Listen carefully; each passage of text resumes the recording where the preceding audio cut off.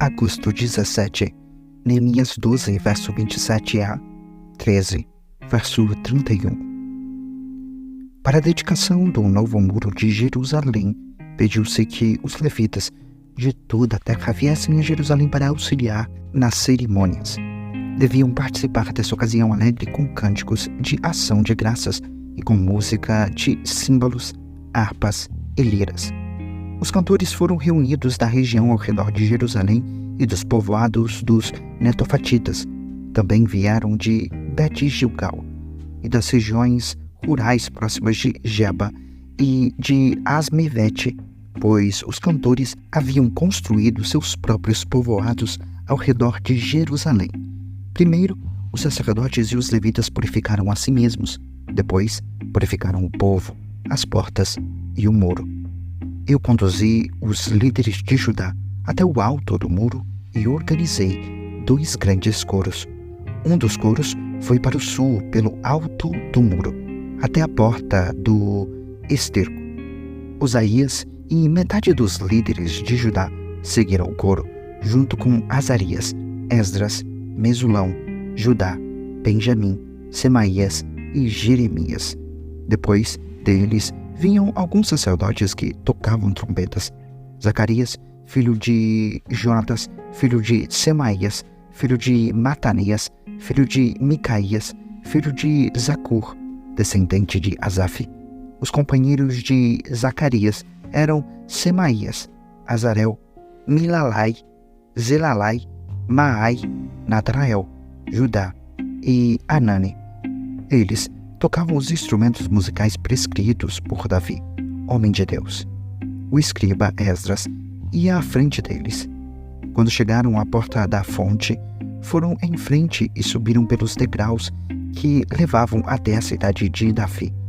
Passaram pela casa de Davi. De lá, foram até a porta das águas, a leste. O segundo coro foi para o norte, no sentido oposto, para encontrar-se com o primeiro coro. Foi com eles e com a outra metade do povo pelo alto do muro, passando pela torre dos fornos até o muro largo, e depois desde a porta de Efraim até a porta antiga, passando pela porta do peixe e pela torre de Ananel e perseguindo até a torre do Sem. Dali continuamos para a porta das ovelhas e paramos junto à porta da guarda. Os 2 corais seguiram então para o templo de Deus, onde tomaram seus lugares. Eu fiz o mesmo, junto com os líderes que estavam comigo. Acompanhamos os sacerdotes que tocavam trombetas: Eliaquim, Maséias, Miniamim, Micaías, Elionai, Zacarias e Ananias, e os cantores: Maséias, Semaías, Eleazar, Uzi, Joanã, Malquias, Elão e Ezer. Eles tocavam e cantavam bem alto, sob a direção de Jezraías. Naquele dia alegre, foram oferecidos muitos sacrifícios, pois Deus tinha dado ao povo um motivo para se alegrar. As mulheres e as crianças também participaram da celebração, e podia-se ouvir de longe a alegria do povo de Jerusalém. Naquele dia, foram nomeados os homens encarregados dos depósitos para as ofertas e os primeiros frutos da colheita e para os dízimos.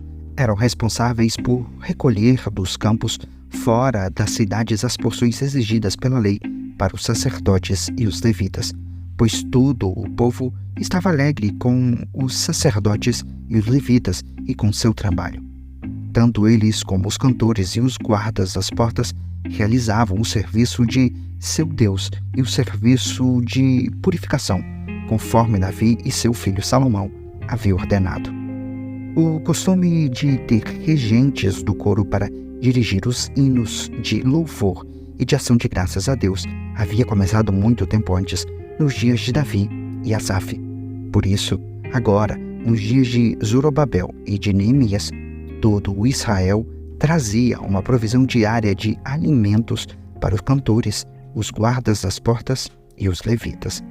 Os levitas, por sua vez, entregavam uma porção daquilo que recebiam aos sacerdotes, os descendentes de Arão.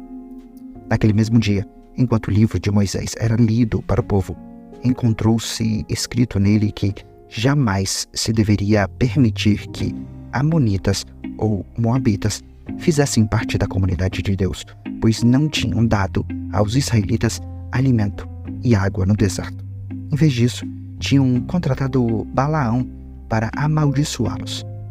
Nosso Deus, porém, transformou a maldição em bênção. Quando o povo ouviu esse trecho da lei, mandou embora todos os descendentes de estrangeiros.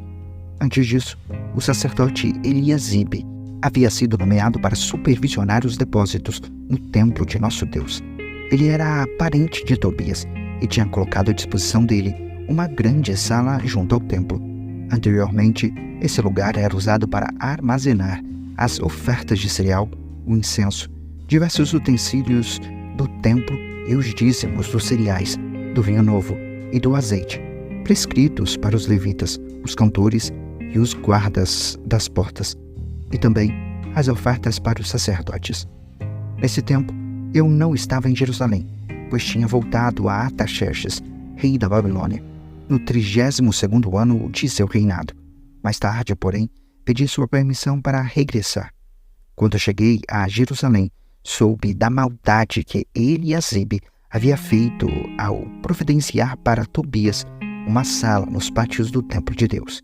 Fiquei extremamente indignado e joguei todos os pertences de Tobias para fora da sala. Em seguida, ordenei que as salas fossem purificadas e trouxe de volta os utensílios do templo de Deus, as ofertas de cereal e o incenso. Descobri também que os levitas não haviam recebido as porções de alimento que lhes eram devidas, de modo que eles e os cantores responsáveis pelos cultos de adoração tinham todos voltado a trabalhar em seus campos. De imediato, confrontei as autoridades e lhes perguntei por que o templo de Deus foi abandonado. Então, chamei de volta todos os levitas e os coloquei de novo em seus postos. Assim, mais uma vez, todo o povo de Judá começou a trazer para os depósitos do templo os dízimos dos cereais, do vinho novo e do azeite. Nomeei supervisores para os depósitos, o sacerdote Selemias, o escriba Zadok e o levita Pedaías. Designei Anã, filho de Zacur e neto de Matanias, para ser seu ajudante. Eles eram homens de confiança e ficaram encarregados de repartir as provisões entre seus colegas levitas. Lembra-te desta boa obra, ó meu Deus, e não te esqueças de tudo que tenho feito com fidelidade pelo templo de meu Deus e pelo culto ali prestado. Naqueles dias, vi homens de Judá trabalhando nas prensas de uvas no sábado. Também ajuntavam cereais e colocavam sobre jumentos e traziam vinho, uvas, figos e produtos de toda espécie a Jerusalém para vendê-los no sábado. Então, os repreendi por venderem seus produtos nesse dia. Alguns homens de Tiro que moravam em Jerusalém traziam peixes e mercadorias de todo tipo. No sábado, vendiam para o povo de Judá, e isso em Jerusalém. Assim, confrontei os nobres de Judá e lhes perguntei: por que fazem tamanho mal profanando o sábado? Acaso nossos antepassados não cometeram o mesmo erro fazendo nosso Deus trazer toda essa desgraça sobre nós e sobre nossa cidade? Agora vocês trazem ainda mais ira contra Israel ao permitir que o sábado seja profanado desse modo. Em seguida, ordenei que as portas de Jerusalém fossem fechadas no dia antes do sábado, assim que começasse a escurecer, e só fossem abertas depois que o sábado tivesse terminado. Enviei alguns de meus servos para guardar as portas, a fim de que não entrasse nenhuma mercadoria no sábado.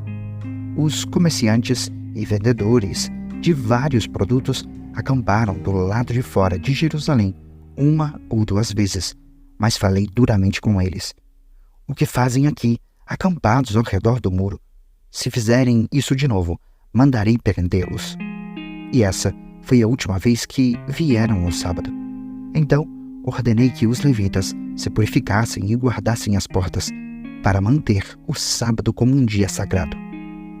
Lembra-te também desta boa obra, ó meu Deus, tem compaixão de mim, de acordo com teu grande amor leal.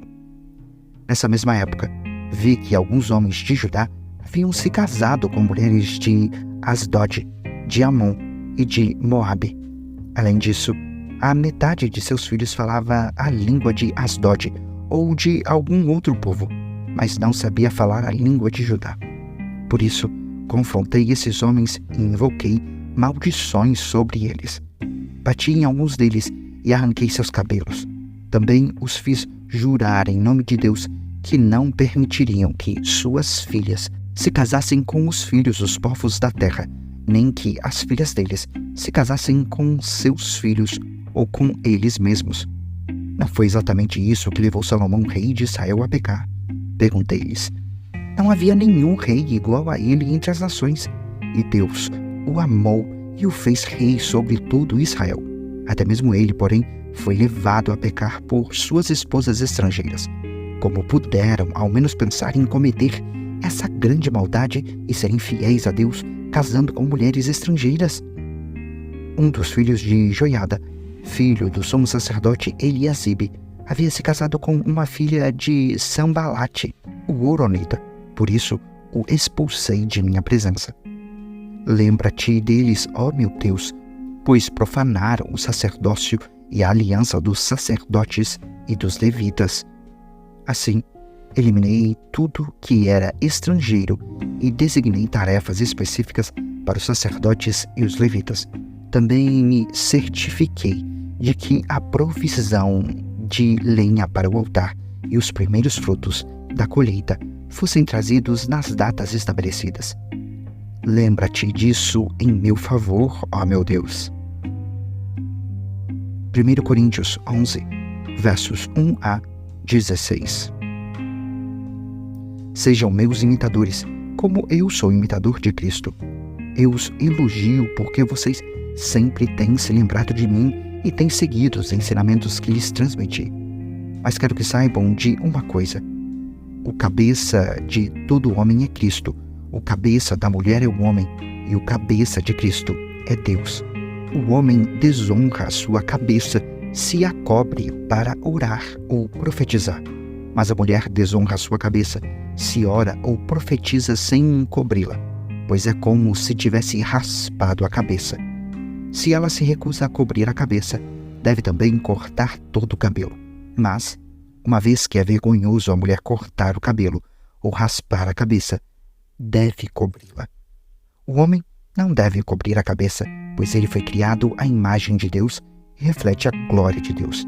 A mulher, porém, reflete a glória do homem, pois o homem não veio da mulher, mas a mulher veio do homem. E o homem não foi criado para a mulher, mas a mulher foi criada para o homem. Por esse motivo, e também por causa dos anjos, a mulher deve cobrir a cabeça, para mostrar que está debaixo de autoridade. Entre o povo do Senhor, porém, as mulheres não são independentes dos homens, e os homens não são independentes das mulheres, pois, embora a mulher tenha vindo do homem, o homem nasce da mulher, e tudo vem de Deus. Julguem por si mesmos. É correto uma mulher orar a Deus em público sem cobrir a cabeça? A natureza não deixa claro que é vergonhoso o homem ter cabelo comprido? E as mulheres não se orgulhem de seu cabelo comprido? Pois ele lhes foi dado como um manto. Mas, se alguém quiser discutir a esse respeito, digo simplesmente que não temos outro costume, e as outras igrejas de Deus pensam da mesma forma. Salmos 35, versos 1 a 16, Salmo de Davi. Ó Senhor, defende-me dos que me acusam, luta contra os que lutam contra mim.